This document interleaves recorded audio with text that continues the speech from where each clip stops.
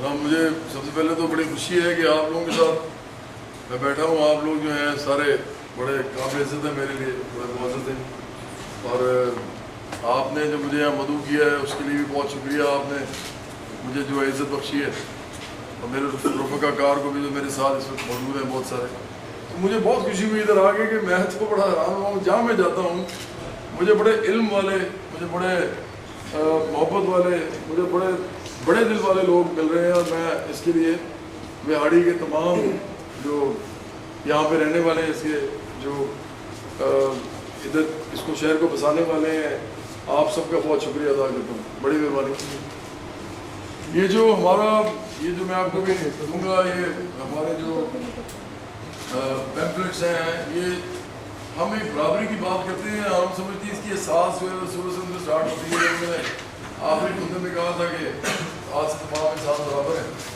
ہم سمجھتے ہیں کہ انسانی وسائل کی ایکویٹیبل تقسیم, جس کو منصفانہ تقسیم کہتے ہیں, وہ ہونی چاہیے.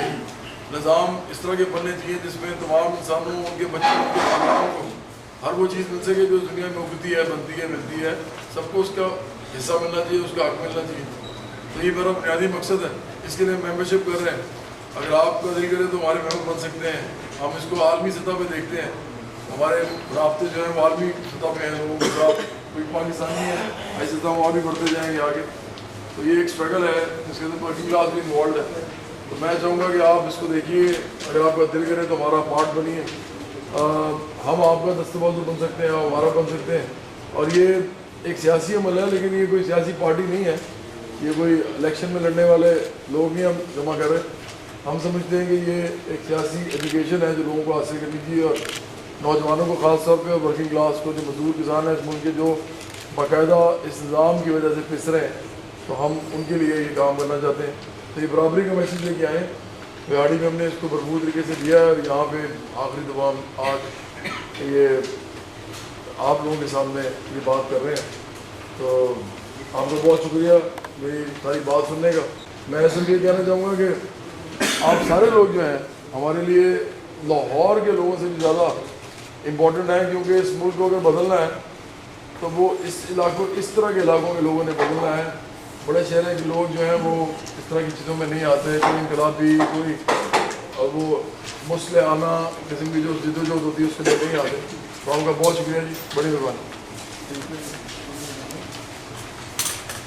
عالم صاحب نے خیالات کا اظہار فرما رہے تھے, تو کوئی اور دوست کوئی سوال کرنا چاہے, کوئی ڈسکس کرنا چاہے, اوپن فورم میں.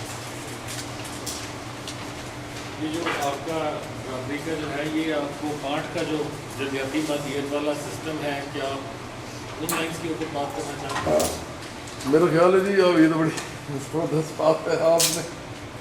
ڈائلیکٹیکل مٹیریلزم, جزیاتی مادیت, ہم بالکل سمجھتے ہیں کہ دنیا کو دیکھنے کا یہ بھی ڈھنگ تھا جو ہیگل سے اسٹارٹ ہوا, پھر کارل مارکس نے اس پر کام کیا. ہم سمجھتے ہیں کہ یہ بڑا امپورٹنٹ ہے لوگوں کو اس کا جاننا.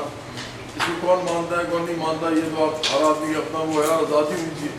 لیکن ہم سمجھتے ہیں کہ یہ دنیا کی فلاح کے لیے ضروری ہے. اور جس طرح کی دنیا کے اندر پروڈکشن ہو رہی ہے, جس پیداوار جس قسم کی ہے, کلوسل پیداوار ہے. اگر آپ صرف ارجنٹینا میں غلہ اگائے اس کے رقبے کے اندر, تو پوری دنیا کو آپ غلہ فراہم کر سکتے ہیں. میرا خیال ہے کہ یہ سسٹم سب جو ہیں یہ انسانوں کو مل کے بیٹھ کے سوچنا پڑے گا, اور سسٹم والا کرنے پڑیں گے. تو آپ ٹھیک کہہ رہے ہیں. اس میں جو بیسک اس کی جو کاز ہیں, کیا وہ ڈسکورسز ہیں جو کریٹ ہوئے ہیں ہیومینٹی کے اندر, جن کی بدولت کی تبدیلیاں آئی ہیں, کیپٹلزم نے اپنا مطلب جو مضبوط کیا ہے, ان ڈسکورسز کے اگینسٹ آپ کیا مطلب کس طرح سے چاہ رہے ہیں کہ اس کو ہم چینج کریں, وہ ڈسکورس میں تبدیلی کریں؟ دیکھیے جی, ہم بہت سارے فرنٹس پہ کام کریں. سب سے پہلے تو ہم ورکنگ کلاس جو ہے, جس میں نے پہلے بھی کہا, حضور کسانہ کے ساتھ بات کرتے ہیں. محروم طبقات میں یہی امپورٹنٹ لوگ ہوتے ہیں, اور یہ راول دستہ بھی ہوتے ہیں, انقلابی جدید بھی ہوتے ہیں, کیونکہ یہ نیڈ کے اوپر کرتے ہیں. مڈل کلاس کے ساتھ پاس ہم چیز جاتے ہیں تاکہ ہمیں کوئی وہاں سے انٹلیکچوئل مل سکیں, ایکٹیوسٹ بن سکیں. ایجوکیٹڈ لوگ ہوتے ہیں وہی یہ کام کر سکتے ہیں لیڈرشپ کا. اور جو آپ بات کریں ڈسکورسز مختلف جو ہیں, میں نے فرنٹ جس طرح کا, ایک تو یہ فرنٹ ہے دوسرے انٹلیکچوئل فرنٹ ہے, لکھنے لکھانے. آج کل کمیونیکیشن ٹولس جو ہیں بڑے امپورٹنٹ ہیں, ٹیلی ویژن ہے, ریڈیو ہے, فلم ہے.